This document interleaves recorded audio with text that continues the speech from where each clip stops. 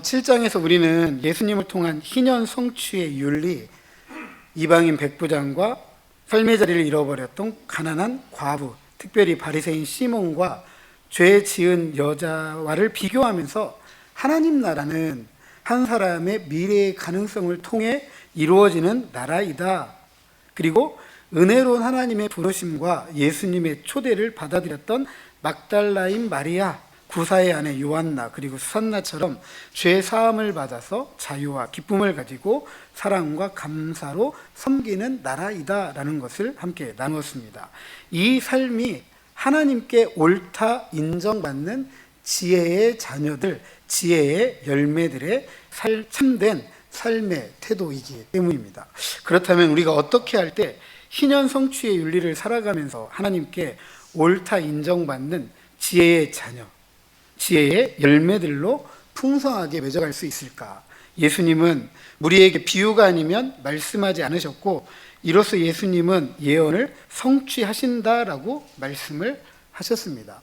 비유에 대해서 가장 잘 알려지고 도움이 되는 신약학자인 C.H. 도드의 정의는 이렇습니다. 가장 단순하게 말하면 비유는 자연이나 일상생활에서 끌어온 은유 또는 직유이다. 그것의 생생함과 기묘함으로 듣는 자를 사로잡고 그것을 적극 생각하도록 그것의 꼼꼼한 적용에 관하여 충분히 의심해 보는 마음을 갖게 한다.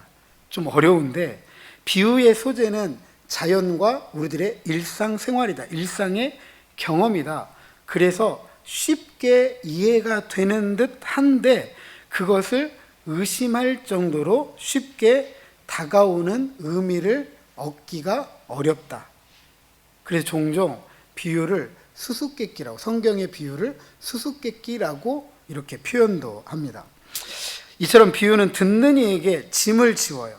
듣는 사람은 극히 잘 알고 있는 그 이야기 속에서 감정적으로 이상함을 느끼기도 하고, 또 듣는 사람은 그것을 해석할 필요를 요구받기도 하고, 그리고 그것에 능동적으로 참여하면서 그것에 책임을 지는 의미를 만들어 내도록 하기 때문에 그렇습니다. 오늘 이 비유는 마태, 마가, 그리고 누가의 차이점이 있습니다. 마태와 마가는 어느 정도 유사합니다. 그런데 누가는 굉장한 차이를 가지고 있어요. 가장 큰 차이는 마태와 마가가 기록하고 있는 비유보다는 훨씬 간략하다, 짧아요. 이와 같은 이유는 이 비유가 전하고자 하는 의도가, 메시지가 분명하다는 거예요. 많이 생각할 거 없다, 딱 이거다, 이거 한 가지 얘기해 주는 것이고, 두 번째 차이는 마태와 마가는 하나님 나라에 대한 비유를 하면서 이 비유를 하나님 나라가 어떻게 확장해 가느냐를 가르칩니다. 반면에 누가는 이 비유를 딱 떼어가지고 많은 비유를 한꺼번에 소개하는 게 아니라 이 비유만 지금 이 본문, 이 맥락에 딱 떼어서 소개를 하고 있습니다. 그것은 하나님 나라에 대한 설명이나 그것의 확장을 말하는 것이 아니라 다른 의미가 있다, 다른 의미를 전달해 주고자 한다라는 것을 의미합니다. 그렇다면 누가가 전하고자 선택한 이 비유가 주는 핵심적인 메시지가 무엇일까? 그리고 우리는 그 메시지를 통해서 어떤 책임을 져야 될까라는 의문을 던지고 있습니다. 갈릴리에서 시작된 예수님의 인기와 명성은 유다 지역 그리고 이방 지역까지, 즉 팔레스타인 전 지역으로 알려지게 되었고, 예수님께로 나오는 이들의 규모가 갈수록 커졌습니다. 예수님께서 이렇게 나오는 무리들에게 비유로 가르치십니다. 특별히 무리로 번역된 헬라어는 누가복음에 41번 등장합니다. 대부분 15장 이전에 쓰이고 15장 이후에는 7번 쓰이는데, 그것도 14장 25절로부터 22장 6절까지 5번이 쓰입니다. 그러니까 15장 이후에는 거의 이 무리라는 표현을 읽을 수가 없다라는 것이죠. 그리고 예수님의 이 15장 이후는 예수님과 12제자들이 예루살렘으로 여행하는 장면이에요. 그렇다면 예수님의 가르침이 12제자에게 맞추어져 있다라는 것을 의미할 수 있고, 따라서 오늘 본문은 무리를 상대로 한 아직 12제자라는 특별한 제자들을 향한 메시지가 아니라 예수님께 찾아 나온 많은 무리들, 이 무리들은 앞으로 예수님의 제자가 될 가능성을 가지고 있는 잠재적 무리인 거죠. 이 무리들에게 예수님께서 가르치고 있는 것입니다. 그래서 이 15장 이전에 있는 12제자와 이 무리들은 예수님에 대한 이해가 별로 큰 차이가 없어요. 도찐개찐이에요. 오늘 비유는 일반적으로 씨 뿌리는 자의 비유로 잘 알려져 있고, 더 균형 잡힌 명칭은 4가지 땅에 떨어진 씨의 비유라고 해야 할 것입니다. 이 비유는 팔레스타인 지역의 어떤 농부가 밭에 씨를 뿌리는 장면으로 시작을 합니다. 파종 시기가 되자 농부가 씨를 뿌립니다. 뿌려진 씨가 더러는 길가에 떨어졌습니다. 이 당시의 밭은 길과 그리 크게 구분이 되지 않습니다. 정리된 농경지가 아니라 걸어가는 길이 길이에요. 그리고 길과 길 사이에 어디든지 뿌려지면 그게 밭인 거예요. 그 밭에는 발로 밟아서 잘 다져진 길이 나 있었고, 여행자들은 이 길을 지나게 되어 있었습니다. 길가에 떨어진 씨앗은 이들의 발에 밟히거나 공중의 새들의 먹잇거리가 되어버렸습니다. 더러는 바위 위에 떨어졌습니다. 바위는 석회암 지방이거든요. 흙이 살짝 덮여 있는 곳인데, 팔레스타인은 일반적으로, 오늘날은 다르겠지만 이 예수님 당시만 해도 밭을 기경하지 않았기 때문에 흙이 덮여 있는 석회암을 발견할 수가 없습니다. 그러기에 흙이 살짝 덮인 석회암 지대에 씨가 떨어지면 이럴 경우에 뜨거운 햇빛에 씨에서 싹이 발아 하더라도 물기가 없기 때문에 뿌리를 내리지 못하고 말라버리게 됩니다. 더러는 가시떨기 속에 떨어졌습니다. 땅은 좋은 땅인데 우리말로 하면 잡초가 많은 거예요. 잡초가 그렇듯이 가시떨기도 땅의 양분을 흡수해서 심지어 그 키가 2m까지 자라게 됩니다. 그러면 원래 자라야 될 작물이 햇볕도 제대로 받지 못하고 영양분도 제대로 흡수하지 못하기 때문에 결국 좋은 땅, 좋은 밭에 뿌려졌다 할지라도 열매를 맺을 만큼 제대로 성장하지 못하게 됩니다.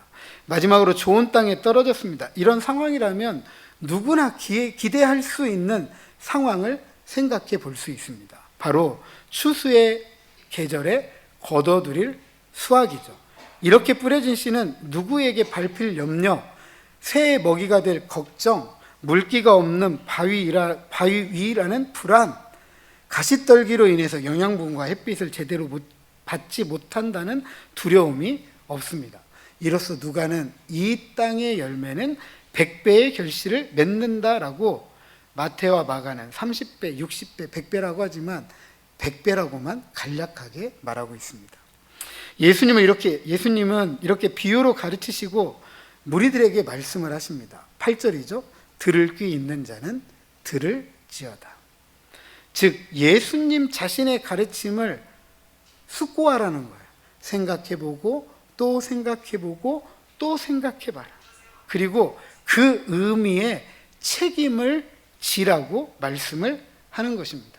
이처럼 누구나 다 고개를 끄덕이며 듣고 이해할 수 있는 자연과 일반적인 경험을 토대로 한 이 비유를 예수님은 왜 가르치셨을까요? 다 아는데. 예수님은 무리들에게 무엇을 듣고 숙고하라고, 그리고 그것에 대한 책임을 지라고 요구하시는 것일까요? 그런데 9절을 읽어보면 충격적입니다. 이 비유를 무리들에게 가르치셨는데 이 비유에 대해서 알고자 했던 이들은 제자들 뿐입니다. 그렇다면 이 비유를 들었던 나머지 큰 무리들은 어떻게 되었을까요? 단순하면서 수수께끼 같은 이 비유를 제대로 이해는 했을까요? 그렇지 않으면 알쏭달쏭한 채로 그냥 있었던 것일까요? 아니면 누구나 다 아는 이야기, 들으나 마나한 이야기 아예 무시했을까요?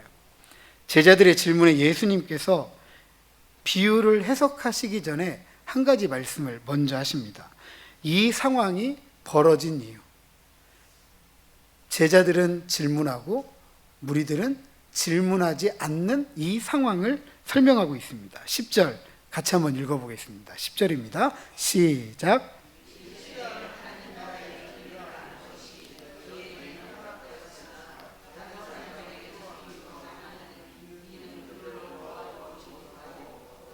깨닫지 못하게 하려 함이라. 아멘.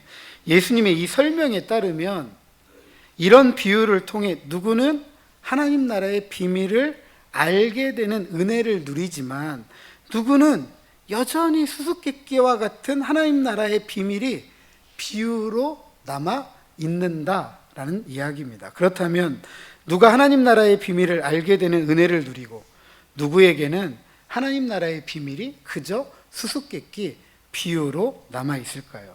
유념해서 살펴야 될 단어가 성경의 핵심적인 단어 중에 하나인 비밀이라는 단어입니다.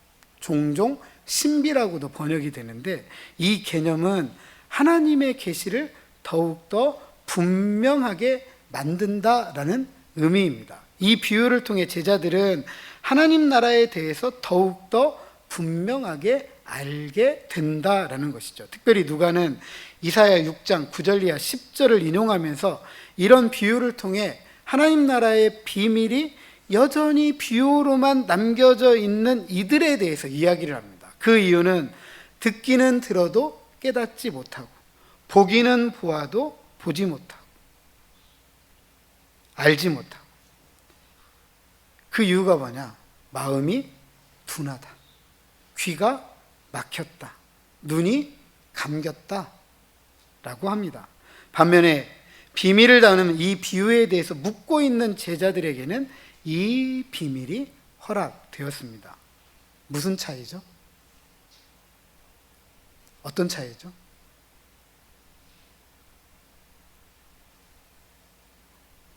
본문에 다 있는데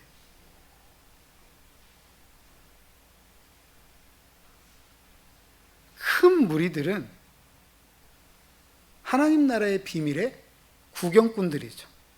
듣긴 들었지만 더 알고 싶어요? 더 알고 싶지 않아요?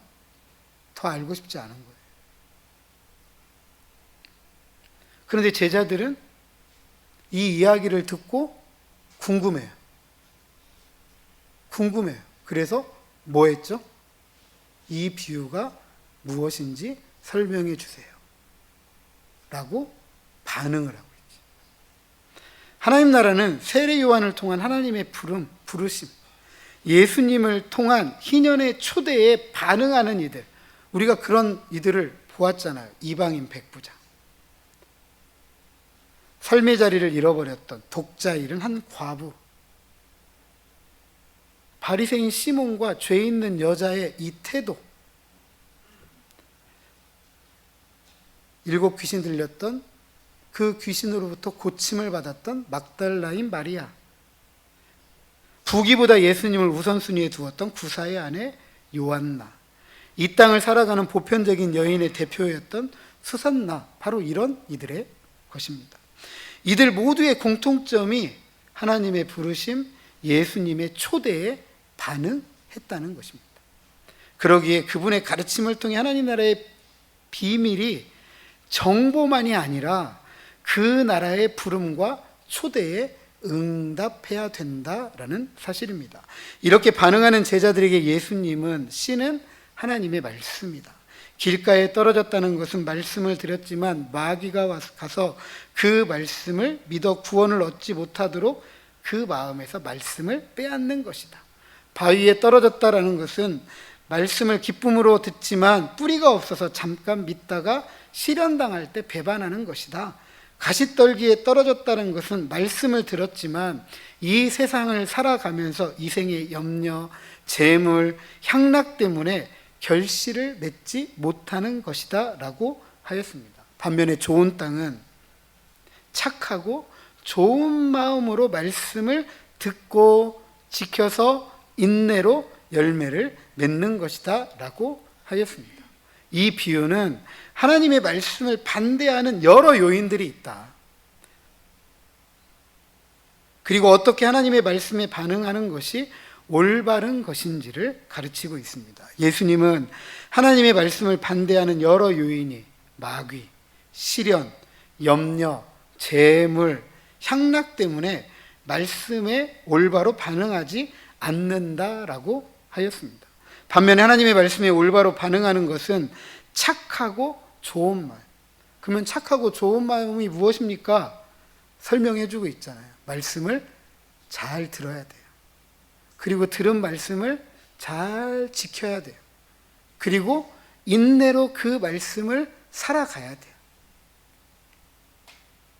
마귀는 예수님의 사역을 통한 구원의 큰 일을 방해하는 영적인 세력이죠. 그리고 쉬지 않고 시련과 염려 또는 재물과 향락을 통해서 하나님의 부르심을 거절하게 하고 예수님의 초대를 거부하도록 합니다. 예수님은 살아가면서 겪는 이런 모든 삶에 대해서 거부해야 된다, 거절해야 된다라고 가르치셨고, 예수님은 그 길을 뚜벅뚜벅 걸어 가셨습니다. 반면에 좋은 땅은 예수님께서 하나님의 말씀을 신실하게 지켰던 것처럼 우리도 하나님의 말씀에 신실해야 된다. 그것을 잘 듣고 지키고 또 인내해야 된다. 이로써 지혜의 자녀들, 지혜의 열매들로 풍성하게 열매를 맺으면서 하나님의 일이 옳다라고 인정을 받는다라고 하였습니다. 이 자리에 함께하고 있는 우리는 지혜의 자녀들, 지혜의 열매들입니다. 믿으십니까? 하나님의 일이 옳다고 인정할 만큼, 그렇다면 우리는 하나님의 말씀에 신실해야 합니다. 참되게 하나님의 말씀을 듣고 그 말씀을 지키고 쉬지 않고 우리를 하나님의 부르심과 예수님의 초대를 통한 구원의 자리에서 우리를 빼앗으려는 마귀의 수고, 시련, 염려, 재물, 향락에도 흔들리지 않고 그것을 거부하면서 그 말씀을 우선순위에 두고 끝까지 인내해야 되는 것이죠. 그렇다면 우리가 이렇게 지혜의 자녀들, 지혜의 열매들로서 그 열매를 풍성하게 맺어가며 하나님의 일이 옳다 인정을 받도록 말씀을 우선순위에 두고 듣고 지키고 인내해야 될 이유가 무엇일까?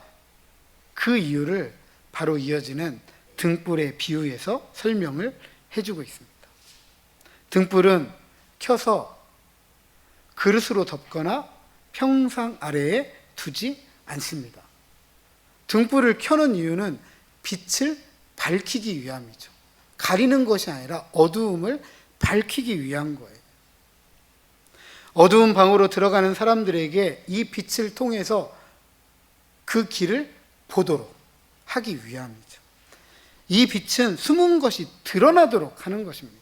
그와 같이 하나님 나라의 비밀은 우리가 듣고 잘 지키고 인내해서 그 열매를 풍성하게 맺어갈 때, 아, 진짜 하나님 나라가 있구나. 하나님 나라의 풍성함을 많은 사람들이 보고 듣고 알고 배우고 깨닫게 되는 것입니다.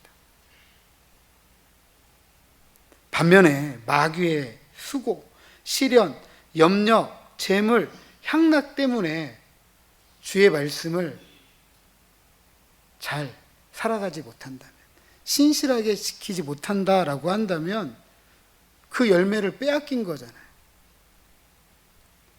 그 나라를 눈으로 볼 수 없잖아요. 들을 수 없고 경험할 수 없고 알 수가 없잖아요. 그러니까 그 나라를 가리는 거죠. 그 나라를 그냥 수수께끼에 남겨두는 거예요. 비유로 남겨두는 거예요. 그리고 18절에 이렇게 가르칩니다. 그러므로 너희가 어떻게 들을까 스스로 삼가라.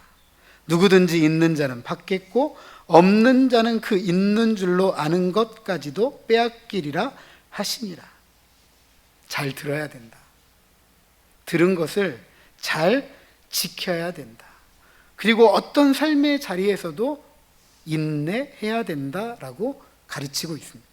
이로써 우리는 하나님께로부터 더 많은 것을 받게 되고, 반면에 어느 누구, 즉 우리를 하나님의 부르심과 예수님의 초대를 통한 구원의 자리에서 구원을 빼앗으려는 마귀의 수고, 시련, 염려, 재물, 향락에 흔들리는 이들은 있는 것이라고 생각하는 그것도 잃어버리게 된다라고 하였습니다. 마치 바리새인들이 자신의 종교적 신념을 내려놓지 못하고 그것이 전부 인양하면서 예수님의 초대를 거부했던 것처럼 결국 그 나라를 받아들이지 못하게 되는 것입니다. 예수님은 숨기고자 비유를 가르치신 것이 아니에요. 오히려 반응을 요구하고 있습니다. 그것은 듣고자 한다면 누구든지 이해할 수 있는 것이고, 지금은 우리 모두가 똑같이 듣고 있지만 언젠가는 모두에게 잘 들었는지 명확하게 드러날 날이 온다라는 사실입니다. 그래서 잘 듣고 잘 지키고 인내해야 됩니다. 우리 옆에 있는 분들이 한번 권면하시죠. 잘 들읍시다. 잘 지킵시다. 끝까지 인내합시다. 이렇게 우리가 숙고할 때, 하나님의 말씀을 이렇게 숙고할 때 이 말씀이 가르치는 희년으로 특징되는 하나님 나라를 살아가게 되는 것입니다. 예수님의 인기와 명성을 예수님의 가족들도 익히 알았고 궁금했던 것 같아요. 예수님을 만나고자 예수님의 어머니 마리아와 그 동생들이 찾아옵니다. 마태나 마가는 예수님이 미쳤다라는 이야기를 듣고 예수님의 가족들이 찾아오는 장면인데, 누가는 그런 이야기가 싹 빠져 있잖아요. 그죠? 아마 궁금했던 것 같아요. 예수님의 가족들도. 예수님의 인기와 명성이 하늘을 찌르니까 도대체 우리 자식이, 우리 형제가 어떨까라고 찾아온 것 같습니다. 얼마나 많은 무리가 예수님 주변에 있었던지 가족의 특혜를 누리지 못하고 먼 발치를 서성이고 있었습니다. 이때 어떤 이가 예수님에게 가족들이 찾아왔다라고 전합니다. 예수님께서 그런데 이 상황을 통해 이런 말씀으로 가르칩니다. 21절 같이 읽습니다. 시작.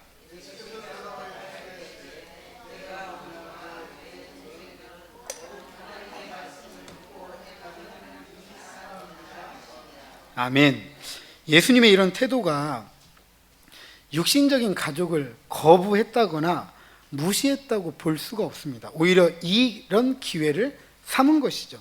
모인 무리들에게, 하나님의 백성들에게 참된 가족이라는 개념, 가족의 개념을 새롭게 정의를 해주시는 거예요. 육신에 근거한 것이 아니라 하나님의 말씀을 잘 듣고 지키고 인내할 정도로 숙고하면서 희년으로 특징되는 하나님 나라를 살아가는 그 사람들이 하나님의 가족이다라고 가르치고 있습니다. 그렇다면 우리는 진실로 하나님의 가족들이십니까? 우리는 진실로 하나님의 가족들을 원하세요? 우리가 하나님의 가족을 만들어갈 이유가 또 무엇일까요? 그 이유를 우리는 앞선 예수님의 가르침에서 찾아볼 수가 있습니다. 그것은 사랑입니다. 앞선 평지선교를 통해 예수님은 대접을 받고자 하는 대로 대접하라고 했습니다. 이 대접은 서로에게 관대해야 된다. 그리고 이 관대함은 바라지 말고 꾸어주라는 거예요. 그런데 오늘 우리 시대, 이런 시대잖아요. 불신과 의심의 시대를 살아가고 있습니다. 우리가 가족이라는 이름으로 구성된 서로에게 솔직하게 이렇게 살아가지 못하는 것도 부정할 수 없는 시대이기도 합니다. 물론 여러분들의 가정이 그렇다는 거 아니에요. 우리가 살아가는 세상이 그렇다는 것입니다. 서로를 이해관계를 가진 이익의 대상으로 생각하잖아요. 서로에게 이익이 되지 못하면 자식이 부모를 버리고 부모가 자식을 버리고 부부지간에도 서로 버려요. 내가 너만 안 만났으면 내가 이렇게 살지 않았다고. 얼마나 용감한지 몰라요. 그죠? 형제들도 마찬가지예요. 형제들도. 제가 목회를 하면서 참 가슴 아픈 일이 몇 번 있는데, 그 중에 가장 큰 가슴 아팠던 기억은 제가 맡았던 교구의 한 여집사님이 친구분과 잠시 야외를 나갔다가, 차를 타고 야외를 나갔다가 돌아오면서 어떻게 운전을 했는지 모르겠지만 이 차가 다리에서 떨어졌습니다. 친구분 차를 타고 갔었는데, 운전하던 친구분은 굉장히 심각한 상태여가지고 전북대 병원으로 이송됐고, 그래도 제가 맡고 있던 교구의 집사님은 좀 덜 해가지고 예수병원으로 이송을 했습니다. 근데 살기는 전북대 병원 가신 분이 살았고, 제가 맡은 이 교구 집사님은 돌아가셨어요. 제가 맡았을 때는 혼자 계셨던 분이에요. 작은 가맥집 있고 운영하고, 또 집 한 채 있고, 그리고 보험 들어놓은 거 있고. 근데 주변에 형제들이 없는 줄 알았어요. 근데 돌아갔다는 소식을 어떻게 들었는지 모르는데 20년 만에, 15년 만에 만난다고 형제들이 찾아왔습니다. 울고불고 난리가 났어요. 동생이 죽었다고, 언니가 죽었다고. 그리고 주변에 크게 아는 분들이 없기 때문에 3일장도 하지 않고 2일장 하는 걸로 해서 다음날 발인하는 걸로 하고 아침에 갔습니다. 그런데 아침에 안 나왔어요, 형제들이. 그리고 우리 여전사님이 부랴부랴 찾아가지고 데리고 나왔어요. 벌겋게 돼가지고 술 마시고 벌겋게. 어쨌든 예배 마치고 나중에 이 전후 상황을 들었더니 이 모인 형제들이 20년 만에, 15년 만에 만난 이 모인 형제들이 이 동생, 언니, 그러니까 그동안 모아왔던 재산 때문에 난리가 난 거예요. 건물 때문에 난리가 나고, 보험금 때문에 난리가 나고. 제가 그 상갓집을 나오면서 이런 생각했어요. 저분들은 다시 만날까? 저렇게 하고 만날까? 이런 생각이 제 뒤통수를 쳤습니다.